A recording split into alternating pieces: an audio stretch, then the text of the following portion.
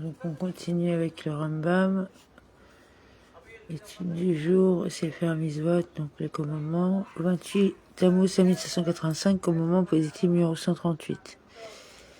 Il s'agit du commandement nous enjoignant de restituer à leurs anciens propriétaires, cette année, toutes les terres vendues, que les acheteurs doivent alors céder sans indemnité. Ainsi qu'il est dit, dans tout le pays que vous posséderez, vous accorderez le droit de rachat sur les terres. Pour nous montrer clairement que cette libération aura lieu lors de cette année du jubilé. La Torah précise, en cette année jubilaire, vous rentrerez chacun dans vos possessions. La Torah donne les détails concernant ce commandement. Et elle ajoute de quelle manière le vendeur agira envers l'acheteur si le vendeur désire acheter son patrimoine avant le commencement de l'année du jubilé. La Torah explique aussi que ce commandement est spécifique aux terres se trouvant en dehors d'une ville entourée d'une muraille et que les villages et les maisons construites dans des espaces ouverts, dans la mesure où ils n'ont pas été érigés à l'intérieur de l'enceinte de la ville, sont soumis à la même loi que celle concernant les champs et les jardins. Il s'agit des maisons des villages, à propos desquelles la Torah a dit. Mais les maisons des villages non entourées de murs seront réputées une dépendance de la campagne, laquelle sera rachetable et dégagée au jubilé. Les dispositions relatives à ce commandement ont été expliquées dans le traité Arakin. Ce commandement également n'est applicable que sur la terre d'Israël, et seulement où le jubilé est en vigueur. Commandement négatif numéro 227, c'est l'interdiction qui nous a été faite devant le notaire dans le pays de Canaan, à titre irrévocable. Elle est formulée dans la Torah en ces termes, nulle terre ne sera aliénée irrévocablement. Les dispositions relatives à ce commandement ont été expliquées à la fin de Arakin. Commandement positif numéro 139. Il s'agit du commandement selon lequel le rachat des propriétés vendues se trouvant dans une ville murée ne peut se faire que jusqu'à l'expiration d'une année après sa vente et que, passé ce délai, elles deviennent propriété permanente de l'acheteur et ne retournent pas au vendeur lors de l'année du jubilé. Comme il est dit, si quelqu'un vend une maison d'habitation située dans une ville murée, ce commandement est celui des maisons de ville murée. Les dispositions relatives à ce commandement ont été expliquées dans le traité Arakin et n'est applicable que dans le pays d'Israël. Donc Amen. Donc, Prakim. Alors 28 Amos 1785, c'est faire Zeraïm, loi relative à la Shemitah et au jubilé, chapitre 9. Il est un commandement positif pour les créanciers de renoncer aux dettes contractées envers eux lors de la 7e année. Comme il est dit, tout créancier doit faire remise de sa créance. Celui qui réclame une dette après la 7e année transgresse une interdiction de la Torah, ainsi qu'il est dit. Il n'exercera pas de contrainte contre son prochain et son frère. La rémission des dettes n'est en vigueur selon la Torah que lorsque le jubilé est en vigueur et qu'est donc observée la rémission des terres, qui retournent à leurs propriétaires sans paiement.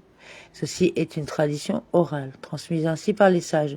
Lorsque tu observes la rémission des terres, tu renonces aux dettes en tout lieu, en terre d'Israël, tout comme en dehors de la terre d'Israël. Mais lorsque la rémission des terres n'est pas en vigueur, tu ne renonces pas aux dettes. Lors de la 7e année, même pas en terre d'Israël. Par ordre rabbinique, cependant, la rémission des dettes est en vigueur aujourd'hui en tout lieu, bien que le jubilé ne soit pas observé afin que les lois de rémission des dettes ne soient pas oubliées du peuple juif. La rémission des dettes lors de la 7e année n'a lieu qu'à la fin de la dite année, comme il est dit, au bout de 7 ans. Tu appliqueras la rémission. Voici le sens de cette rémission. Et il est dit, au bout de 7 ans, à l'époque de l'année de rémission, lors de la fête de Sukkot. De même que là, au bout de 7 ans signifie à l'issue de 7 ans. Ainsi, la rémission des dettes a lieu à l'issue de 7 ans. C'est pourquoi, si l'on fait un prêt à autrui durant la 7e année, même, on peut réclamer son dû toute l'année durant. Mais au moment du coucher du soleil de l'année de Rosh Hashanah, de l'issue à la 7e année, l'argent de la dette est perdu. Si on abat une vache et que l'on la partage en pensant que ce jour est Rosh Hashanah, de l'issue de la 7e année, et que le mois d'Elul s'avère être embolismique, de sorte que ce jour se trouve être le dernier jour de la 7e année, l'argent est perdu, car la dette se trouve avoir été contractée lors de la 7e année. La 7e année annule les dettes, y compris une dette découlant d'un crédit lié à un contrat de prêt comportant une garantie de bien. Si toutefois un champ bien défini est apporté comme garantie, la dette n'est pas annulée. La 7e année décharge de même des serments, comme il est dit. Il n'exercera pas de contrainte, de quelque nature que ce soit, c'est-à-dire ni pour payer, ni pour prêter serment. Dans quel cas la décharge des serments s'applique-t-elle? Pour un serment semblable concernant lui aussi des dettes qui auraient de toute façon été annulées automatiquement à l'issue de l'année sabbatique. si elle avait été reconnue par l'emprunteur. En revanche, en ce qui concerne le serment des gardiens et celui des associés ainsi que les serments semblables concernant des sujets pour lesquels l'issue de la 7e année n'affranchit pas du paiement lorsque le tort est reconnu, le serment persiste même après la Shemitah. Si un homme prête de l'argent à son prochain, puis le lui réclame, et que lorsqu'arrive le moment de la Shemitah, le défendeur persiste dans son déni du prêt et qu'il ne le reconnaisse qu'après l'issue de la 7e année, ou que des témoins viennent après la 7e année et le confondent, la 7e année n'annule pas la dette. Si l'on prête de l'argent à son prochain pour une durée de 10 ans, la dette ne s'annule pas à l'issue de la 7e année, et quoi qu'en fin de compte, à l'issue des 10 ans, le paiement de la dette peut être exigé du point de vue du contrat de crédit et que l'on peut alors appliquer le verset interdisant de faire pression pour le paiement d'une dette après l'issue de la 7e année. Il n'exercera pas de contrainte. On peut techniquement pas exercer maintenant de contrainte. Si une condition a été posée entre le prêteur et le prêteur ne peut pas réclamer son argent, la 7e année annule la dette. Si l'on prête de l'argent à autrui en posant comme condition que la 7e année annule pas la dette. La dette est de toute façon annulée à l'issue de la 7e année, car l'on ne peut pas annuler les lois de la 7e année si par contre on pose comme condition que le prêteur n'annulera pas cette dette même lors de l'issue de la 7e année, la condition est effective, car toute condition posée entre deux parties en matière pécuniaire est effective. L'emprunteur se trouve alors avoir pris sur lui de débourser de l'argent que la Torah n'exige pas de lui. Un crédit accordé par un magasin pour l'achat de marchandises n'est pas annulé à l'issue de la 7e année. Si toutefois le crédit est transformé par le commerçant en prêt, l'issue de la 7e année annule la dette. Un salaire dû à un employé n'est pas considéré comme une dette qui serait effacée à l'issue de la 7e année, mais s'il est transformé en prêt, l'issue de la 7e année annule la dette. Les amendes imposées aux violeurs, aux séducteurs et aux calomnieurs ne sont pas annulées à l'issue de la 7e année. Si toutefois elles ont été transformées en prêt, elles s'annulent à l'issue de la dite année. À partir de quand considère-t-on qu'elles sont transformées en prêt? À partir du moment où le fauteur est traduit en justice. La ketouba qui revient à une femme ayant été répudiée avant le moment de la rémission n'est pas annulée à l'issue de la 7e année. Si toutefois la ketouba a été altérée, que la femme l'a transformée en prêt, elle est annulée à l'issue de la 7e année. Un prêt sur gage n'est pas annulé à l'issue de la 7e année, ceci à condition que la somme de la dette soit équivalente à celle du gage. Mais si elle lui est supérieure, seule la dette réelle correspondant à l'excédent est alors annulée. Si l'on remet des reconnaissances de dette au tribunal rabbinique en demandant « Percevez vous-même mes dettes ?» Ces dettes ne s'annulent pas à l'issue de la 7e année, comme il est dit. Mais ce que ton frère aura à toi, que ta main l'abandonne. Or, ces dettes sont perçues par le tribunal. De même, lorsqu'un tribunal rabbinique a émis sa sentence et a écrit « Un tel, vous êtes redevable à un tel, telle somme », le dû n'est pas annulé à l'issue de la 7e année pour être alors considéré comme ayant déjà été perçu et l'argent reçu par le prêteur, et non pas considéré comme un prêt à régler. Lorsqu'il y a l'ancien, depuis que les Juifs évitaient de prêter leur argent l'un à l'autre, transgressant ainsi l'ordre émis par la Torah. Garde-toi de nourrir une pensée perverse en ton cœur, en te disant que la 7e année, l'année de rémission approche, et sans pitié pour ton frère nécessiteux de lui refuser ton secours. Et ainsi tu as le prosboul, afin que les dettes ne s'annulent pas à l'issue de la 7e année et que les Juifs prêtent leur argent l'un à l'autre. Le prosboul n'est bénéfique en ce qui concerne la rémission des dettes de nos jours, qui n'est que d'ordre rabbinique, mais pas pour la rémission des dettes à une époque où elle est imposée par la Torah même.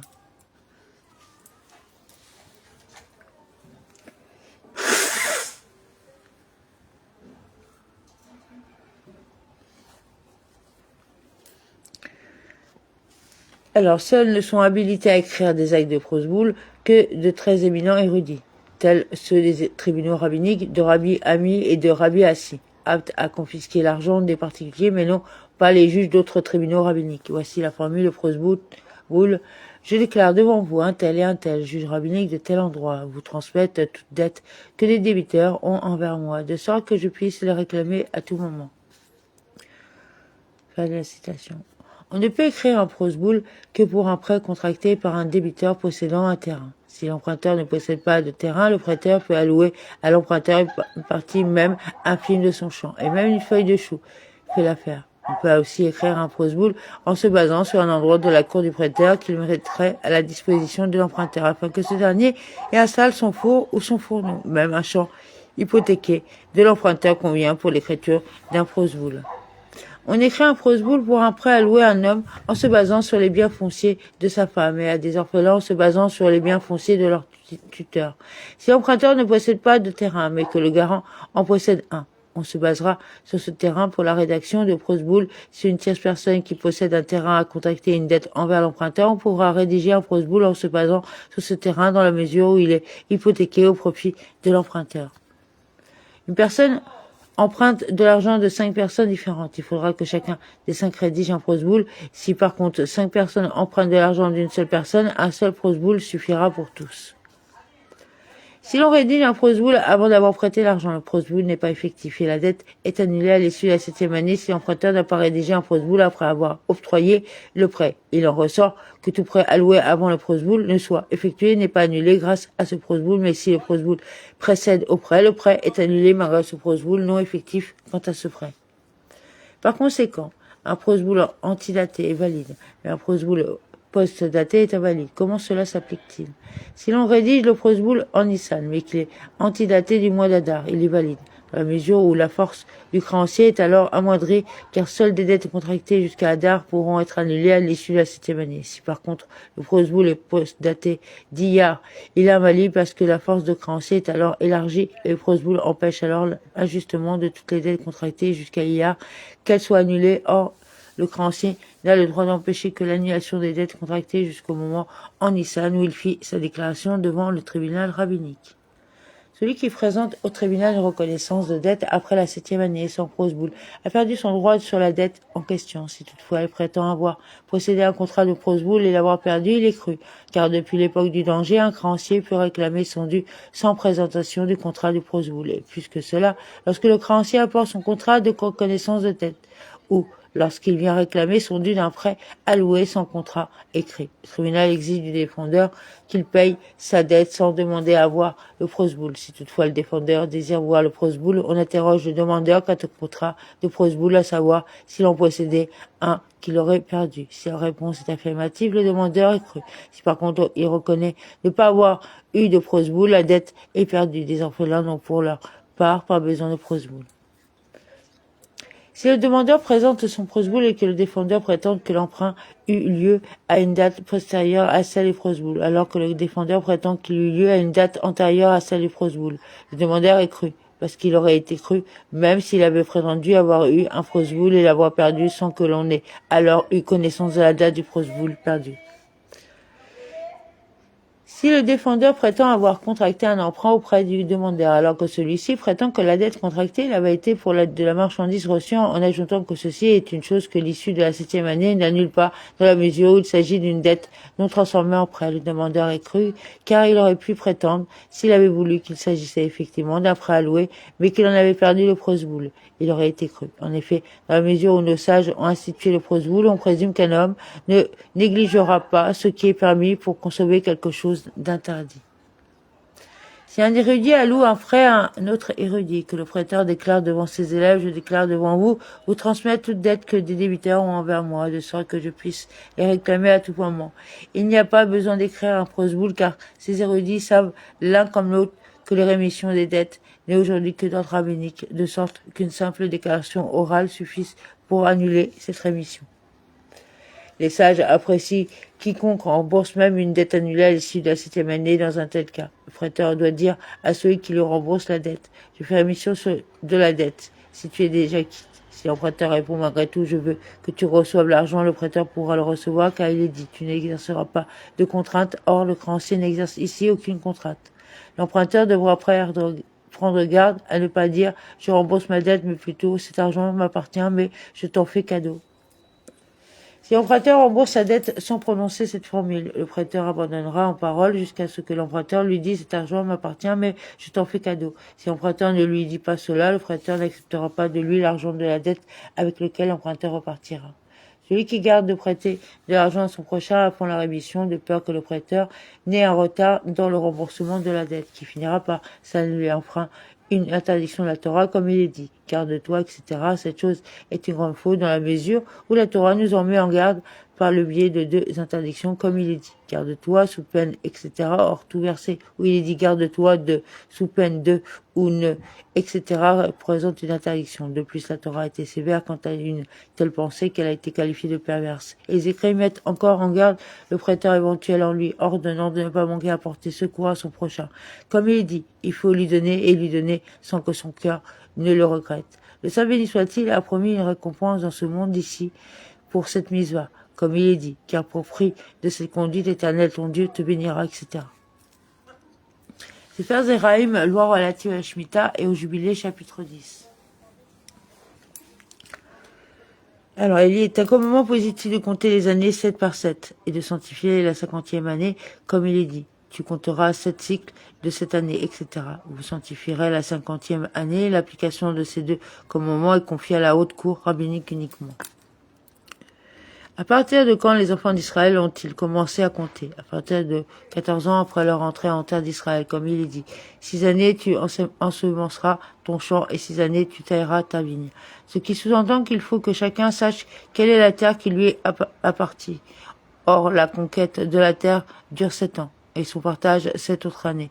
Tu en déduis donc que les enfants d'Israël ont commencé à compter à partir de la 2503e année depuis l'année de formation, alors que l'on considère le Rosh Hashanah, jour de la naissance d'Adam, comme étant le début de la 2e année à compter de la formation. Et 2510e année depuis la formation, qui est 21e année depuis l'arrivée des enfants d'Israël en terre d'Israël, fut alors désignée comme année de Shemitah. Les enfants d'Israël comptèrent alors cette Shemitah et y sanctifièrent la 50e année, qui est la 64e année depuis leur arrivée en terre d'Israël. Les enfants d'Israël ont compté 17 jubilés entre leur arrivée en terre d'Israël et leur exil. L'année où ils ont été exilés lors de la destruction du premier temple était une année faisant suite à une 7e année, la 36e année du jubilé, le temple ayant tenu 410 ans à partir de la destruction du temple. Ce compte a été annulé. Après qu'il a été annulé, la terre est restée détruite 70 ans durant et le second temple a été érigé qui a tenu 420 ans. La 7e année de la construction du temple, Ezra est monté en terre d'Israël, ce qui marque la seconde arrivée du peuple d'Israël en terre d'Israël. À partir de cette année, les enfants d'Israël ont commencé un autre décompte et ont considéré la 13e année à compter de la construction du second temple comme année de Shemitah. Ils ont alors compté cette Shemitah et ont sanctifié la 50e année, bien qu'il n'y ait pas eu de jubilé à l'époque du second temple. L'année du jubilé était comptabilisée pour la sanctification des années de la Shemitah. Tu apprends de ce qui précède que ce que l'on appelle l'année de destruction du dernier temple, qui commence en Tishri, environ 2 mois après la destruction du temple, car c'est par rapport au mois de Tishri que l'on compte les années de Shemitah et de Jubilé. Était une année faisant suite à une 7e année, la 15e année du 9e Jubilé. D'après ce compte, l'année précédente, qui est la 1107e depuis la destruction du temple, la 1487, selon le compte utilisé pour les actes du juridique, et la 4936 depuis la formation est une année de Shemitah et c'est la 21e année de Jubilé.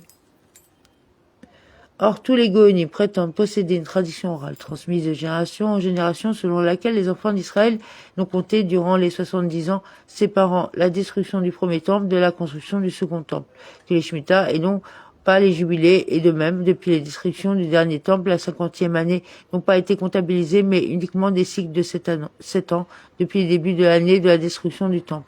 C'est aussi ce qui ressort du passage du Talmud au traité Avodah Zarah, en adéquation avec ce compte qui est une tradition.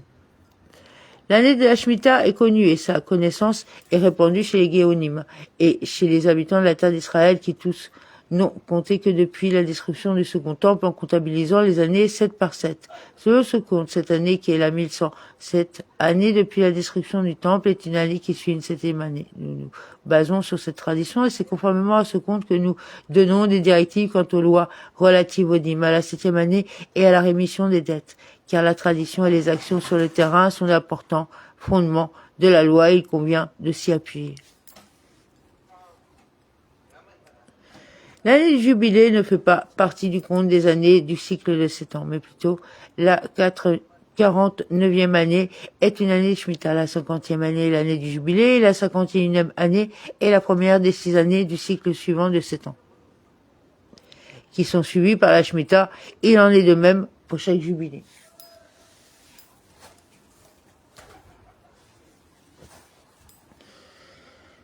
Depuis l'exil de la tribu de Réhouven, de la tribu de Gad et de la tribu de Ménaché, la célébration des jubilés n'est plus d'usage, comme il est dit. Vous proclamerez la liberté dans le pays pour tous ses habitants, c'est-à-dire lorsque tous ses habitants s'y trouvent, à condition toutefois que les tribus ne soient pas mélangées l'une à l'autre, mais plutôt que tous les Juifs siègent sur leur terre propre, comme il se doit. Lorsque le jubilé est d'usage en terre d'Israël, il est aussi d'usage en dehors de la terre d'Israël, comme il est dit. C'est un jubilé en quelque lieu que ce soit et en présence ou en absence du temple. Lorsque le jubilé est en vigueur, la législation de l'esclave juif, des maisons des villes entourées d'une muraille, des champs dévoués et des champs patrimoniaux sont elles aussi en vigueur. On accepte le résident étranger et les lois relatives à la 7e année en terre d'Israël, ainsi que la rémission des dettes en tout lieu, sont en vigueur d'après la Torah. Lorsque le jubilé n'est pas en vigueur, rien de ce qui précède n'est en vigueur, excepté les lois relatives à la 7e année en terre d'Israël, la rémission des dettes en tout lieu en vigueur en vertu d'un décret de nos sages comme nous l'avons expliqué.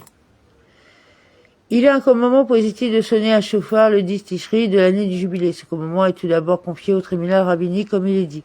Tu feras s'accouler le retentissement du chauffard. Et chaque particulier est tenu lui aussi de sonner du chauffard après que le tribunal a sonné comme il est dit. Vous ferez retentir le son du chauffard et l'on sonne 9 sonneries du chauffard comme on le fait à Rosh Hashanah et ceci sur tout le territoire de la terre d'Israël.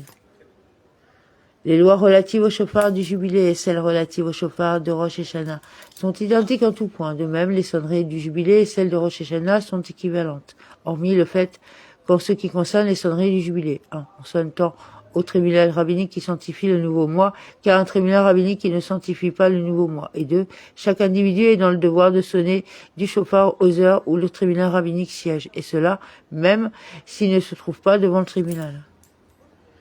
Alors que lors du Rosh Hashanah qui tombe à Shabbat, 1.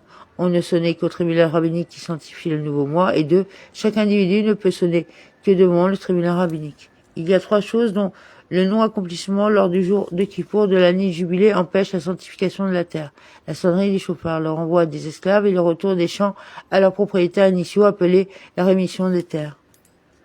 De Rosh Hashanah au jour du Kippour de l'année jubilée, les esclaves ne rentreraient pas chez eux, mais ils n'étaient déjà pas plus soumis à leur maître. De même, les champs ne retourneraient pas encore à leurs propriétaires, plutôt les esclaves mangeaient, buvaient et se réjouissaient, pouvaient même poser une couronne sur leur tête. Une fois le jour du Kippour arrivé, le tribunal rabbinique sonnait du chauffard, les esclaves rentraient chez eux et les champs retournaient à leurs propriétaires.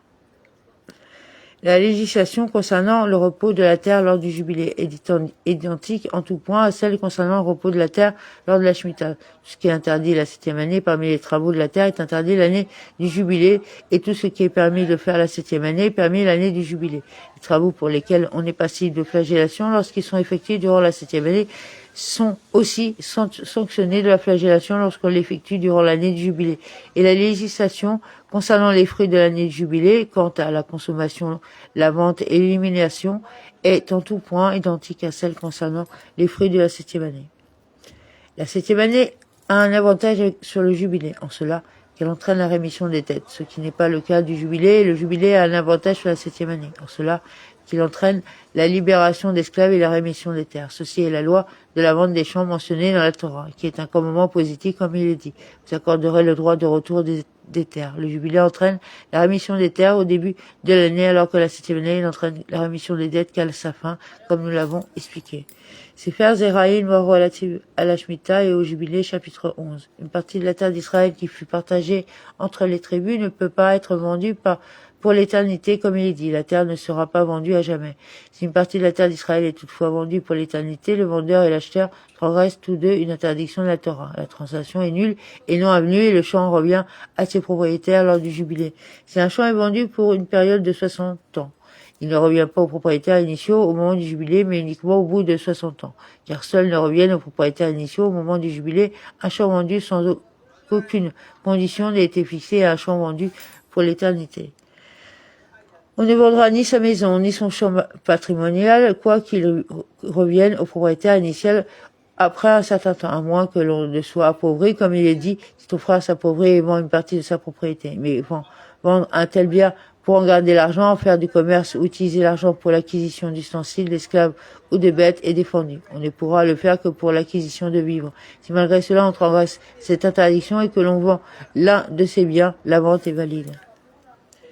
Et l'on applique alors pour une maison la législation des maisons des villes entourées d'une muraille et pour un champ la législation des champs patrimoniaux. La législation relative à la vente des champs patrimoniaux stipule que l'on calcule le prix du rachat du champ en fonction du nombre d'années restantes jusqu'au jubilé. Lorsque le propriétaire initial est intéressé à racheter son champ, il calcule avec l'acheteur la valeur du profit des produits du champ par l'acheteur durant la période écoulée qu'il déduit du prix de vente et rembourse le reste.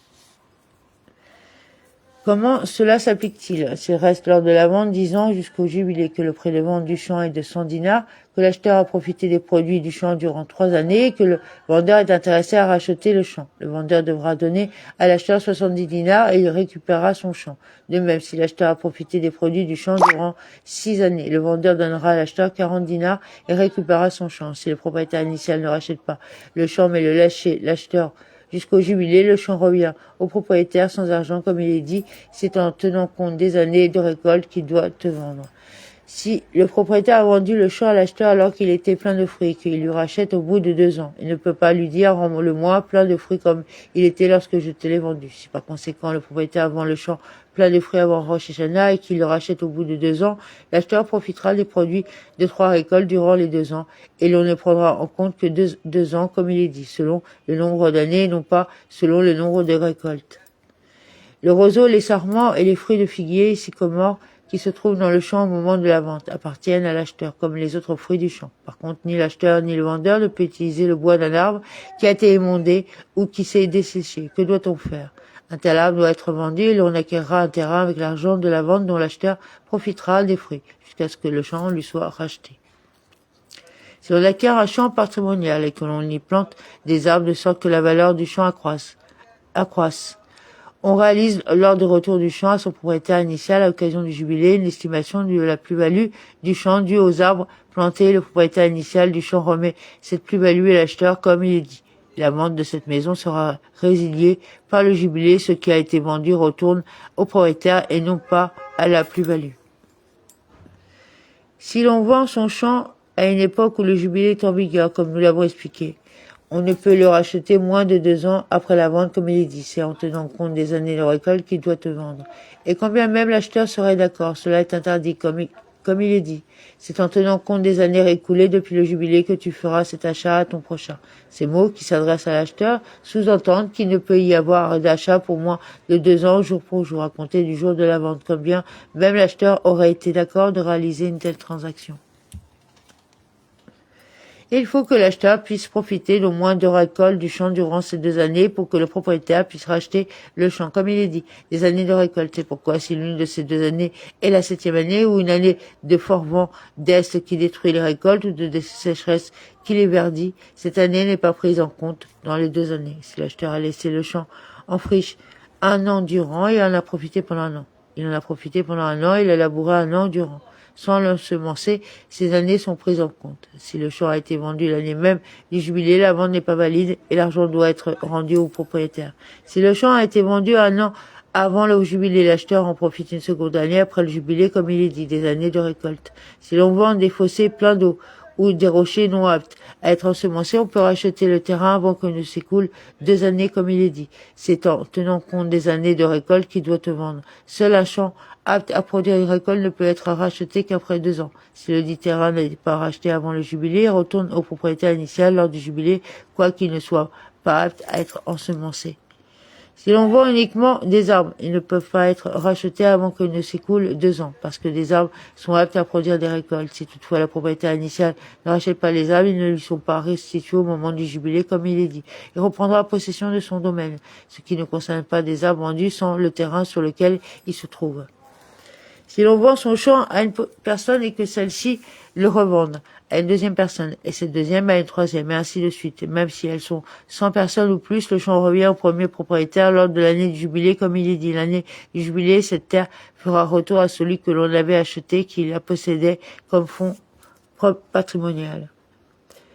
Si le propriétaire initial d'un champ l'a vendu à une première personne pour 100 dinars, que celui-ci l'a vendu à une deuxième personne pour 200 dinars, et que le propriétaire initial désire le racheter, il ne fera les comptes qu'en fonction de la transaction avec le premier acheteur. Comme il est dit, il rendra l'excédent à celui à qui il l'avait vendu. Si inversement, le propriétaire initial a vendu le champ à la première personne pour 200 dinars, et que celui-ci l'a vendu à la deuxième personne pour 100 dinars, il fera les comptes selon le prix payé pour le dernier acheteur. De même, si le propriétaire a vendu son champ pour 100 dinars, que la valeur du champ a augmenté alors qu'il est en possession de l'acheteur et qu'il vaut maintenant 200 dinars, le propriétaire fera le compte selon le prix de vente lors de la première transaction. Si à l'inverse, il a vendu le champ pour 200 dinars et que celui-ci a perdu de sa valeur de sorte qu'il vaut maintenant 100 dinars, il fera le compte selon la valeur actuelle du champ. La règle est la suivante. On avantage toujours celui qui vend un champ patrimonial au détriment de l'acheteur. Si un propriétaire foncier a vendu un champ patrimonial alors qu'il possède d'autres champs et qu'il a vendu ultérieurement de ces champs afin de racheter le champ vendu, on ne l'écoute pas, comme il est dit. Quelqu'un dont personne n'a racheté le bien mais qui trouve les ressources suffisantes pour le racheter lui-même. Ce qui sous-entend qu'il faut qu'il trouve des ressources qu'il ne possédait pas au moment de la vente. De même, s'il emprunte de l'argent pour acheter son champ, il ne l'écoute pas, comme il est dit, qu'il trouve et non pas qu'il emprunte. Si on obtient une partie de la somme nécessaire au rachat du champ et désire racheter la moitié du champ qu'il a vendu, on ne l'écoute pas, comme il est dit, les ressources suffisantes pour le racheter. Ce qui sous-entend qu'il n'a pas de demi-mesure, soit il rachète tout le champ, soit il n'en rachète rien. Si les proches parents du propriétaire désirent racheter le champ, ils peuvent le faire, comme il est dit. Son proche parent pourra venir racheter ce qu'a vendu son frère.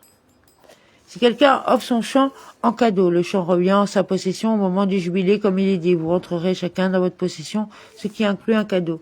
Les frères qui ont partagé les champs, qui ont reçu en héritage, sont considérés comme des acheteurs. Chacun d'eux rend à chacun de ses frères, lors du jubilé, la part appartenant à l'origine à son frère du champ qu'il a reçu, de sorte que lors du jubilé, tous les champs redeviennent la propriété de tous les frères. Après le jubilé, les frères effectuent à nouveau un partage semblable au premier partage, de sorte que le partage fait initialement n'est pas annulé. De même, un aîné ainsi que celui qui épouse la femme de son frère décédé sans descendance rendent au moment du jubilé la part supplémentaire qu'ils ont pris lors du partage et reçoivent une part équivalente du bien en commun.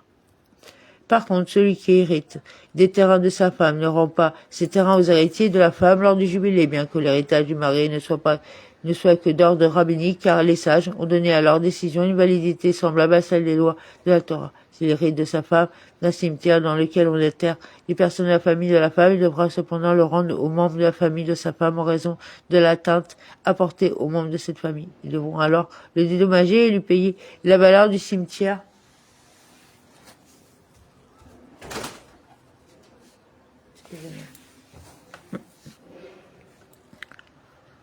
Donc la valeur du cimetière, voilà, auquel il renonce, après déduction de la valeur de la tombe de sa femme, dans la mesure où les frais de l'enterrement de sa femme sont à sa charge. Amen.